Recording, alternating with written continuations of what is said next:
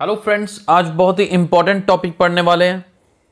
अक्सर स्टूडेंट्स को कंफ्यूजन होती है, जैसे कि कुछ वैल्यूज़ मैं लिख रहा हूँ कि 2 + 3 5 होता है, ये तो सबको क्लियर होता है। लेकिन 2 - 3 अगर करें तो आंसर -1 क्यों होता है, या फिर -3 में से 2 माइनस करें तो आंसर -5 क्यों होता है, या -3 में 5 ऐड करें तो आंसर 2 क्यों होता है, या फिर -3 में 1 ऐड करें तो आंसर -2 क्यों होता है। इस तरह की कई कंफ्यूजन्स प्लस और माइनस के साइन को लेकर जो बच्चों में होती हैं, नंबर लाइन यूज करके बहुत आसानी से समझी जा सकती हैं। तो आज नंबर लाइन से स्टडी करेंगे। लेक्चर बिल्कुल एंड तक अटेंड करिएगा, बहुत अच्छे से समझ आएगा।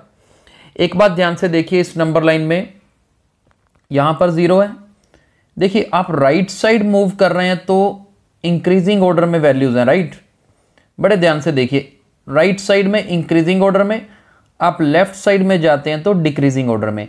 यानी कि आप राइट मूव करेंगे तो नंबर बढ़ते जाएंगे, इंक्रीजिंग वैल्यू होगी, और पीछे की तरफ आएंगे तो आप डिक्रीजिंग ऑर्डर वाली साइड जाएंगे, छोटी वैल्यू आएगी आपके पास, राइट। अब सबसे पहले पार्ट को इसी को लेते हैं, 2 + 3 5। इसको नंबर लाइन से कैसे समझना है, देखिए 2 में 3 ऐड करना, 3 ऐड करना, यानी कि आप समझिए कि आप 2 पॉइंट पे हो, यू आर एट पॉइंट 2, और 3 कदम आगे चलना है। प्लस का निशान है ना, तो 3 कदम आपने राइट साइड में जाना है।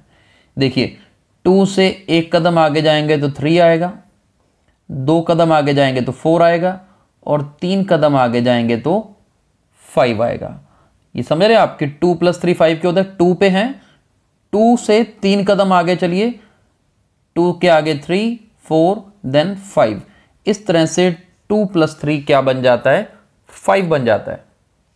अब देखिए 2 - 3, यानी कि आप 2 पे हैं, लेकिन -3 का मतलब क्या हुआ, अब आपने लेफ्ट साइड में जाना है।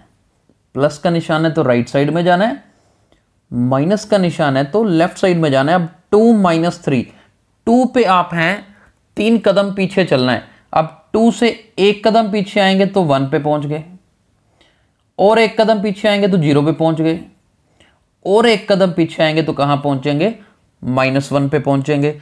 यानी कि 2 - 3 क्या होगा, -1 होगा। आई होप आपको अच्छे से समझ आ रहा है। 2 - 3 क्या होगा, -1। अब देखो -3 - 2। अब देखो, मान लीजिए -3 पे आप हैं इस जगह पर, ठीक है, उसमें से 2 माइनस करना है, बीच में माइनस का निशान है ना, यानी कि और लेफ्ट साइड में जाना है। कितने कदम लेफ्ट साइड पे जाना है, 2 कदम, क्योंकि 2 है यहां पर। -3 से 2 कदम पीछे जाएंगे तो -3 से 1 कदम पीछे आते हैं तो -4 आता है। 1 कदम और पीछे लीजिए, कहां पहुंचेंगे आप, -5 पे, तो आंसर क्या होगा, -5 होगा। यानी कि इस तरह से देखा जाए तो बड़ी आसानी से नंबर लाइन से समझा जा सकता है। ये देखिए -3 + 5, यानी कि आप -3 पे हैं, +5 मतलब 5 कदम राइट साइड। चलिए देखते हैं, -3 से 1 कदम यहां पहुंचेंगे, सेकेंड स्टेप यहां, third step, fourth step, fifth step, यानी कि 5वां स्टेप कहां पहुंचता है, 2 पे, तो आंसर क्या होगा, 2 होगा।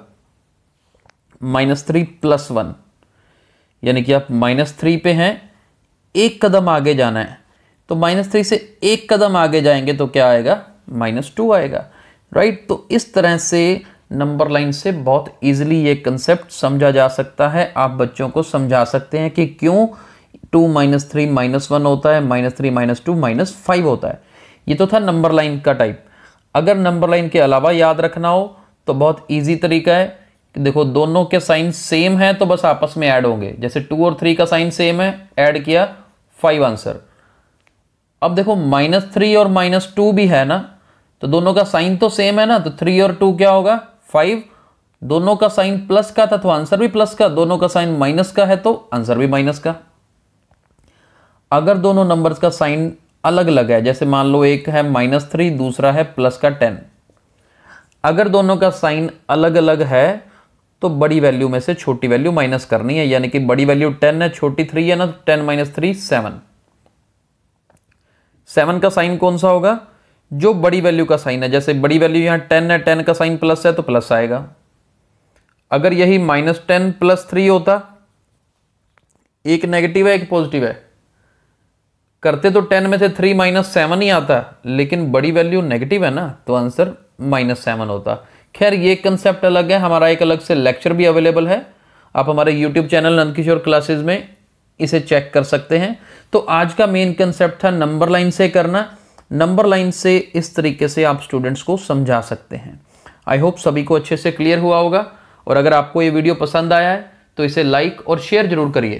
Thank you so much.